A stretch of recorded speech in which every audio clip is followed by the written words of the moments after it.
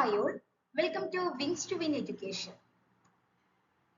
Indifference കർവിന്റെ പല ഘട്ടങ്ങളാണ് നമ്മൾ ഡിസ്കസ് ചെയ്തുകൊണ്ടേയിരിക്കുന്നത്. ഈ ഒരു പാർട്ടിൽ ഇൻഡിഫറൻസ് കർവുമായി ബന്ധപ്പെട്ടിട്ടുള്ള ഏറ്റവും പ്രധാനപ്പെട്ട ഒരു കാര്യമാണ് ഡിസ്കസ് ചെയ്യാനായിട്ട് പോകുന്നത്. Properties of indifference curve. Net ആവട്ടെ, സെറ്റ് ആവട്ടെ, മറ്റേത് കോമ്പറ്റേറ്റീവ് എക്സാംസോ സെം എക്സാംസ് ഒക്കെ ആവട്ടെ, നമുക്ക് എപ്പോഴും ചോദിക്കാറുള്ളതാണ് ഇൻഡിഫറൻസ് കർവിന്റെ properties.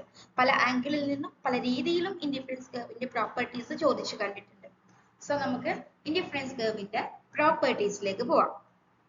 First one, indifference curves are negatively sloped. ഇൻഡിഫറൻസ് കർവിന് എന്ത് സ്ലോപ്പ് ആണുള്ളത്? നെഗറ്റീവ് സ്ലോപ്പ് ആണുള്ളത്. Indifference curve must slope down from left to right. This means that an indifference curve is negatively sloped. ലെഫ്റ്റിൽ നിന്നും റൈറ്റിലേക്ക് ഡൗൺവേർഡ് ആയിട്ടാണ് ആര് സ്ലോപ്പ് ചെയ്യുന്നത്? ഇൻഡിഫറൻസ് കർവ് സ്ലോപ്പ് ചെയ്യുന്നത് അല്ലെ? നിങ്ങൾക്കറിയാം, നമ്മൾ ഈ വരക്കുന്നത് പോലെ തന്നെ ഇങ്ങനെ കോൺവെക്സ് ഷേപ്പ് ആണ്, അതുപോലെ ഡൗൺവേർഡ് സ്ലോപ്പ് ആണ്. ലെഫ്റ്റിൽ നിന്നും റൈറ്റിലേക്ക് ഒരു ഡൗൺവേർഡ് സ്ലോപ്പ് ആണ് ആർക്കുള്ളത്?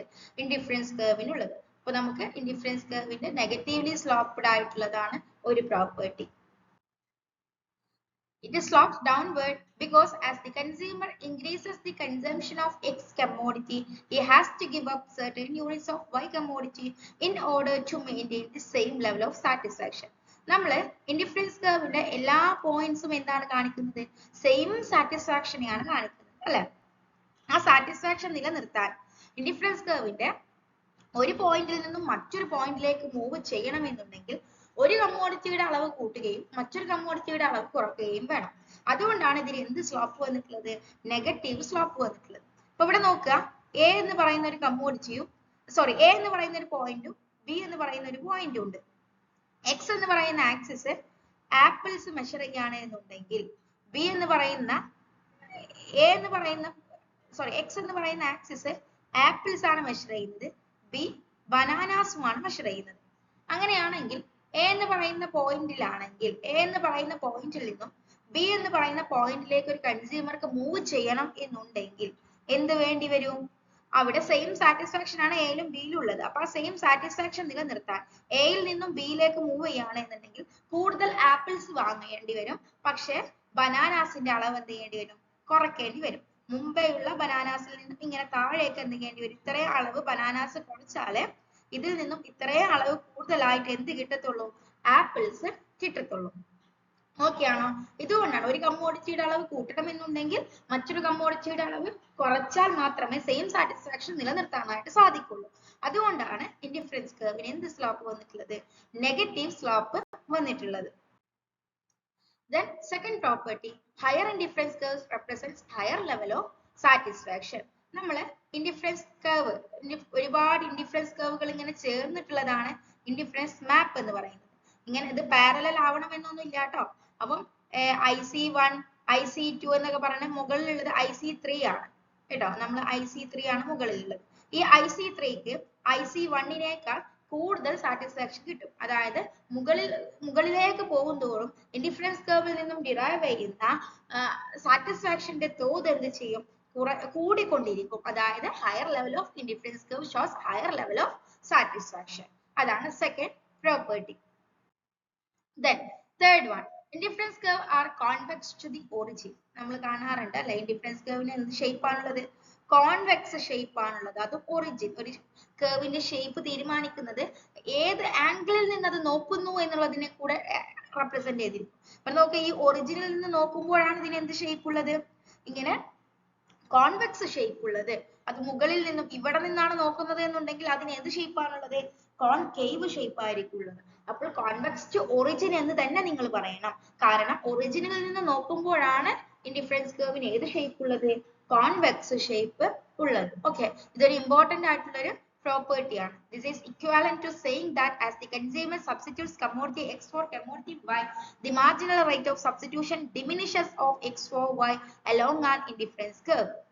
നമ്മൾ കഴിഞ്ഞ പാർട്ടിൽ കണ്ടിട്ടുണ്ടായിരുന്നു എന്താണ് MRS എന്നുള്ളത്. MRS അറിയില്ലെങ്കിൽ അതൊന്ന് പോയിട്ട് കാണാം. വളരെ ഡീറ്റെയിൽഡ് ആയിട്ട് നമ്മൾ അത് ഡിസ്കസ് ചെയ്തിട്ടുണ്ട്. അപ്പോൾ MRS എന്ന് പറയുന്നത് സിംപ്ലി ഞാൻ പറഞ്ഞു തരാം. എന്താണ്? ഇൻഡിഫറൻസ് കർവിന്റെ സ്ലോപ്പ് ആണ്. ഒരു കമ്മോഡിറ്റി കൂടുതൽ കിട്ടണമെന്നുണ്ടെങ്കിൽ മറ്റൊരു കമ്മോഡിറ്റിയെ കുറയ്ക്കേണ്ടതായിട്ട് വരും. ആ കൂടുതലും കുറക്കലും അവിടെ നടക്കുന്നുണ്ട്. ഒന്ന് കൂട്ടണം എന്നുണ്ടെങ്കിൽ മറ്റൊന്ന് കുറക്കണം. അതിന്റെ റേറ്റിനെയാണ് എന്ത് കാണിക്കുന്നത്? MRS കാണിക്കുന്നത്. MRS ഇൻഡിഫറൻസ് കർവിന്റെ സ്ലോപ്പ് ആണ്. ഈ MRS എന്ത് ചെയ്തുകൊണ്ടിരിക്കും? കുറഞ്ഞുകൊണ്ടിരിക്കും എന്നുള്ളതാണ് ഡിമിനിഷിങ് MRS എന്ന് പറയുന്ന ടേം നമുക്ക് മുന്നിൽ പ്രസന്റ് ചെയ്യുന്നത്. അത് നമ്മൾ കഴിഞ്ഞ ക്ലാസ്സിൽ ഡിസ്കസ് ചെയ്തിട്ടുണ്ട്. അപ്പോൾ ഈ ഡിമിനിഷിങ് MRSന്റെ ഭാഗമായിട്ടാണ് ഇൻഡിഫറൻസ് കർവിന് ഏത് ഷേപ്പ് വന്നിട്ടുള്ളത്? കോൺവെക്സ് ഷേപ്പ് വന്നിട്ടുള്ളത്. അപ്പോൾ ഓർത്തിരിക്കുക, ഇൻഡിഫറൻസ് കർവ് താഴേക്ക് അല്ലെങ്കിൽ ഡൗൺവേർഡ് സ്ലോപ്പ് ആവാനുള്ള കാരണം എന്താണ്? എക്സ് എന്ന് പറയുന്ന കമ്മോഡിറ്റിയെ കൂടുതൽ കിട്ടണമെന്നുണ്ടെങ്കിൽ വൈ എന്ന് പറയുന്ന കമ്മോഡിറ്റി കൂടുതൽ ത്യജിക്കേണ്ടി വരും, അല്ലെങ്കിൽ ത്യജിക്കേണ്ടതായിട്ട് വരും. അതുകൊണ്ടാണ് എന്ത് ചെയ്യേണ്ടതായിട്ട് വന്നിട്ടുള്ളത്? ഇൻഡിഫറൻസ് കർവിന് ഡൗൺവേർഡ് സ്ലോപ്പ് വരാനുള്ള കാരണം. ഈ ത്യജിക്കുന്നതിന്റെ അളവ് കുറഞ്ഞുകൊണ്ടിരിക്കുന്നത് കാരണമാണ് ഏത് ഷേപ്പ് വരാനുള്ള കാരണം? കോൺവെക്സ് ഷേപ്പ് വരാനുള്ള കാരണം. ക്ലിയർ ആണെന്ന് വിചാരിക്കുന്നു. ഓക്കെ, ഇനി നാലാമത്തെ പ്രോപ്പർട്ടി ആണ് indifference curves cannot intersect each other. അതായത് രണ്ട് ഇൻഡിഫറൻസ് കർവുകൾ ഒരിക്കലും എന്ത് ചെയ്യില്ല? കൂട്ടിമുട്ടില്ല. ഇപ്പം ഇങ്ങനെ ഒരു ഇൻഡിഫറൻസ് കർവ് ഉണ്ട്, ഇങ്ങനെ ഒരു ഇൻഡിഫറൻസ് കർവ് ഉണ്ട്. ഇവിടെ നോക്കുക അല്ലെ, രണ്ട് സെയിം കോമ്പിനേഷൻ ആണ്. ആപ്പിളിന്റെയും ബനാന, ഇവിടെ നമ്മൾ y ആക്സിസിൽ ബനാനയും x ആക്സിസിൽ ആപ്പിൾസും എടുക്കുകയാണ്. അങ്ങനെയാണെങ്കിൽ ഇതെന്താണ്? രണ്ട് ഇവിടെ ഈ ഒരു ഇൻഡിഫറൻസ് കർവ് IC1 എന്ന് പറയുന്നത് ഒരു ലെവൽ ഓഫ് സാറ്റിസ്ഫാക്ഷനെയും IC2 എന്ന് പറയുന്നത് വേറൊരു ലെവൽ ഓഫ് സാറ്റിസ്ഫാക്ഷനെയാണ് കാണിക്കുന്നത്. പക്ഷെ ഇതിന്റെ സെയിം കൂട്ടിമുട്ടുക എന്ന് പറയുമ്പോൾ, ടാൻജന്റ് ചെയ്യുക, ഒരുമിച്ച് നിൽക്കുക എന്ന് പറയുമ്പോൾ അതിനർത്ഥം എന്താണ്? രണ്ട് കോമ്പിനേഷൻ, ആപ്പിളിന്റെയും ബനാനാസിന്റെയും സെയിം കോമ്പിനേഷൻ ഒരിക്കലും എന്ത് തരില്ല? രണ്ട് ലെവൽ ഓഫ് സാറ്റിസ്ഫാക്ഷൻ തരില്ല. അതുകൊണ്ടാണ് ഇത് ഒരിക്കലും രണ്ട് ഇൻഡിഫറൻസ് കർവുകൾ ഒരിക്കലും കൂട്ടിമുട്ടില്ല എന്ന് പറയാൻ കാരണം, ഇന്റർസെക്ട് ചെയ്യില്ല എന്ന് പറയാനായിട്ട് കാരണം. ഓക്കെ, ഇതും അനദർ ഇമ്പോർട്ടന്റ് പ്രോപ്പർട്ടി ആണ്.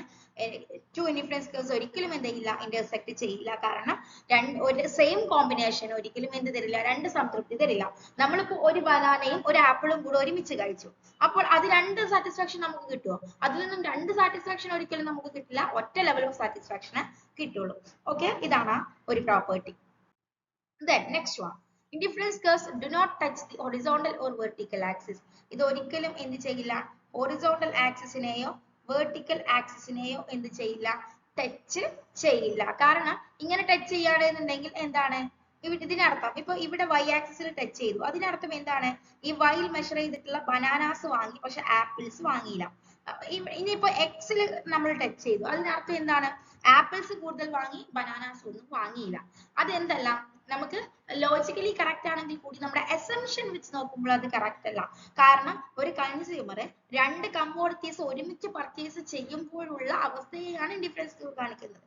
പക്ഷെ ഇവിടെ ഇങ്ങനെ ടച്ച് ചെയ്യുന്നതിന് അർത്ഥം എന്താണ്? ഒന്നിന്റെ സീറോ ലെവലും മറ്റൊന്നിന്റെ മാക്സിമം ലെവലും ആണ് വാങ്ങുന്നത്. പക്ഷെ ഒരിക്കലും അങ്ങനെ പർച്ചേസ് ചെയ്യില്ല.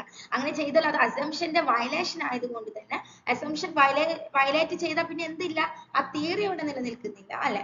അതുകൊണ്ട് തന്നെ അസംഷനെ വയലേറ്റ് ചെയ്യുന്നത് കാരണം എന്ത് എക്സിസ്റ്റ് ചെയ്യുന്നില്ല. ഇങ്ങനെ എക്സ് ആക്സിനെയോ വൈ ആക്സിനെയോ അത് ടച്ച് ചെയ്യുന്നില്ല. അങ്ങനെ ചെയ്താൽ എന്താണ്? ഒരു കമ്മോഡിറ്റിയെ കൂടുതൽ പർച്ചേസ് ചെയ്യുന്നു, മറ്റൊരു കമ്മോഡിറ്റിയെ തീരെ പർച്ചേസ് ചെയ്യുന്നില്ല എന്നുള്ളതാണ്. ഓക്കെ, അപ്പൊ ഇത്രയും ഇമ്പോർട്ടന്റ് ആയിട്ടുള്ള പ്രോപ്പർട്ടീസ് ആണ് ഇന്ന് നമ്മൾ ഡിസ്കസ് ചെയ്തിട്ടുള്ളത്. ഇത്രയും കാര്യങ്ങൾ എന്താണ് പ്രോപ്പർട്ടി എന്നുള്ളത് മാത്രമല്ല, എന്തുകൊണ്ട് ആ പ്രോപ്പർട്ടി വന്നു എന്നുള്ളതും കൂടെ ഇമ്പോർട്ടന്റ് ആണ്. കാരണം ഇന്നത്തെ എക്സാം ലെവലൊക്കെ മാറിയിട്ടുണ്ട്. പാറ്റേൺ ആയാലും ക്വസ്റ്റ്യന്റെ നേച്ചർ ആയാലും ഒക്കെ ചേഞ്ച് ചെയ്തിട്ടുണ്ട്. പല രീതിയിൽ നമ്മൾക്ക് ഉള്ളിലേക്ക് ഇറങ്ങി ചെന്നിട്ടുള്ള ക്വസ്റ്റ്യൻസ് ആണ് നമുക്ക് വരുന്നത്. അതുകൊണ്ട് തന്നെ എന്ത് എന്നുള്ളതിനേക്കാൾ ഉപരി എന്തുകൊണ്ട് എന്നുള്ളതും കൂടെ നിങ്ങൾ പഠിക്കേണ്ടതുണ്ട്. സോ അതുകൊണ്ടാണ് നമ്മൾ ഒരു പ്രോപ്പർട്ടിക്ക് മാത്രമായിട്ട് ഇങ്ങനെ ഒരു സെഷൻ വെച്ചിട്ടുള്ളത്. വളരെ ഡീറ്റെയിൽഡ് ആയിട്ട് നിങ്ങൾക്ക് മനസ്സിലാവുന്ന രീതിയിൽ ഡിസ്കസ് ചെയ്തു എന്ന് വിചാരിക്കുന്നു. നിങ്ങൾക്ക് ഈ ഒരു വീഡിയോ ഉപകാരപ്പെട്ടു എന്നുണ്ടെങ്കിൽ മറ്റുള്ളവരിലേക്ക് കൂടെ ഇത് എത്തിക്കുക. അതുപോലെ തന്നെ ഈ ഒരു ചാനലിൽ നിന്നും ഇതുപോലുള്ള വീഡിയോസ് നിങ്ങൾക്ക് എത്താൻ വേണ്ടിയിട്ട്, നിങ്ങളുടെ സ്റ്റഡിയെ ഹെൽപ്പ് ചെയ്യാൻ വേണ്ടിയിട്ട് ഈ ഒരു വീഡിയോ നിങ്ങൾക്ക് സാധ്യമാക്കി തന്നു എന്നുണ്ടെങ്കിൽ നിങ്ങൾ എന്ത് ചെയ്യുക? ഈ ഒരു ചാനൽ ഒന്ന് സബ്സ്ക്രൈബ് ചെയ്തിട്ട് എന്ത് ചെയ്യാം? നിങ്ങളുടെ കമന്റ്സ് ഒന്ന് രേഖപ്പെടുത്തുക. അതിനനുസരിച്ച് നമുക്ക് എന്ത് ചെയ്യാം? കൂടുതൽ വീഡിയോസുമായിട്ട് വീണ്ടും കാണാം. Thank you for learning.